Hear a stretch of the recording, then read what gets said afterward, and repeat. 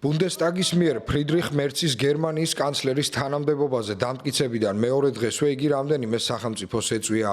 გერმანიის ლიდერი პოლონეთის დედაქალაქ ვარშავაში ჩავიდა, სადაც იგი მოლაპარაკებებს გამართავს პრემიერ-მინისტრ დონალდ ტუსკთან. როგორც მოსალოდნელია, მერცი და ტუსკი ევროკავშირისა და საერთაშორისო დღის წესრიგს, ასევე უსაფრთხოებისა და თავდაცვის საკითხებს განიხილავენ. შეხვედრაზე ასევე იმსჯელებენ ორმხრივ კავშირებსა და სხვადასხვა სფეროში თანამშრომლობის გაძლიერების საკითხებზე. მერცმა ყურადღება გაამახვილა ევროკავშირის საზღვრების უსაფრთხოების უზრუნველყოფის მნიშვნელობაზე და პირობადად რომ იმუშავებს მიგრაციული პოლიტიკის გამკაცრებაზეც.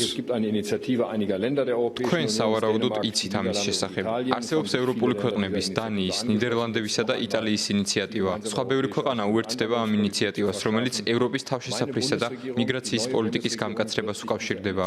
ჩემი მთავრობაც, ახალი ფედერალური მთავრობა, შეუერთდება ამ ინიციატივას და ვეცდებით ერთად მივიღოთ გადაწყვეტილება, რადგან ჩვენ ცხოვრობთ სამყაროში, სადაც ევროკავშირის ერთიანობით შეგვიძლია გავუმკლავდეთ გამოწვევებს. ახალი ფედერალური მთავრობის მიზანიც სწორედ ეს არის. მიგრაცია გერმანიის წლევანდელი ფედერალური არჩევნების ერთ-ერთი მნიშვნელოვანი თემა იყო. კამპანიის მიმდინარეობისას მერცმა პირობადადო უფრო მკაცრ პოლიტიკას გაატარებს არალეგალურ მიგრაციასთან ბრძოლის დროს, როგორც გერმანიაში, ისე ევროკავშირში.